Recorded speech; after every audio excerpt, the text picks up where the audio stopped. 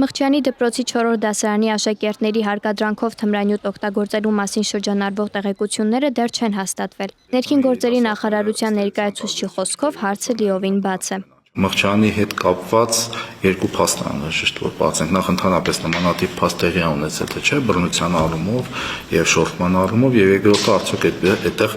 եղել է թմրամիջոց թե ոչ։ Թե տուժող երեխաների եւ թե մասնակից մյուս կողմի ձերբակալված եւ հետագայում որպես մեղադրել ներգրաված անձանց նկատմամբ նշանակված են փորձաքննությունների արդյունքները ստանալուց հետո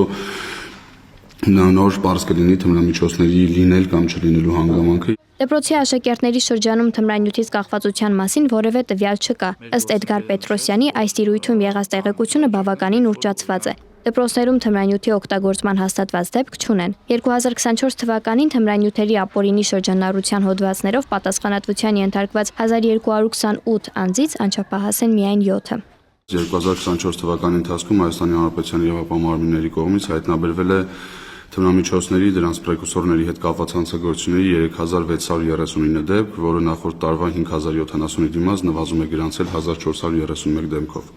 Հանցագործության դեպքերից 1910-ը վերաբերվել են թմրամիջոցների իրացմանը 2023-ի 2802-ի դիմաց եւ գրանցվել է նվազում 892-ով։ Հայաստանի Հանրապետության իրավապահ մարմինները որդեգրել են քաղաքականություն Հայաստան թմրամիջոցների մուտքի վերահսկողությունը խստացնելով կանխել երկրում դրանց իրացումը եւ տարածումը։ Հայաստանի Հանրապետության պետական սահմաններում, ինչպես Իրանի Իսլամական Հանրապետության հետ ցամաքային սահմանում ապօրինի սահմանահատումների կամ ապօրինի մաքսանագության միջոցով Հայաստանի Հանրապետություն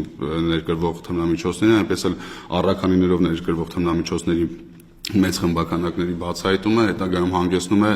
դրանց դուրսբերումը շրջանառությունից եւ թմրամիջոցները չեն բաժանվում մանր քանակների եւ այսպես ասած տարբեր եղանակներով, օրինակ Telegram-յան ալիքներով չեն կարողանում մեծ ծավալով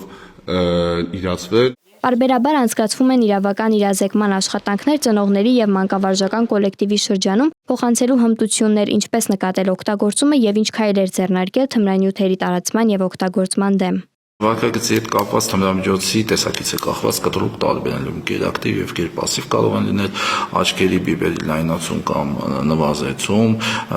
անհասկանալի, այսպես ասած, ուրախության կամ ծիծաղի դասավորումներ եւ այլն, բայց սրանք չի կարելի առանձին կոնտեքստից դիտարկել, որովհետեւ պետք է դիտարկել ամբողջական վարկագծի հետ անչափահասի, այսինքն միայն այդ հատվածով եթե վերցնեն, հնարավոր է ծնողները շփոթվեն այդ առումով։ Ես կոչ կանեմ մեր ծնողներին շատ ուշադիր լինել իրենց երեխաների ֆինանսական հոսքերին, քանի որ բազմաթիվ երեխաներ եւ անչափահասներ կամ պատանիներ սկսում են զբաղվել թմրամիջոցների իրացմամբ եւ մտնել նշված գործունեության մեջ բացառապես գումար աշխատելու ցանկությամբ եւ ֆինանսական հոսքերին հետևելը եւ նրանց մոտ անհասկանալի դրամական միջոցների առկայությունը կարող է շատ լավ ազդակ լինել նրան, որ երեխան ներգրաված է ինչ-որ բաներում։ Անչափահասի կողմից թմրանյութ իրացնելը կամ տարածելը պարզելու հաջորդ քայլը հեռախոսի տեղեկության ստուգումն է, այդ թվում Telegram-յան ալիքները։ Սակայն ինչպես իրավապահ մարմինները, այնպես էլ կրթական հաստատությունները միակողմանի պնդումներից խուսափելու կոչ են անում, առաջնահերթ դիտարկելով փաստերի հիմնավորվածությունը։ Թմրամիջոցների խնդիրը պահանջում է ոչ միայն իրավական պատասխաններ, այլև շարունակական կրթություն, հսկողություն ու համագործակցություն երեխաներին այդ աղետից պաշտպանելու համար։ Աննա Հարությունյան, Renews Armenia։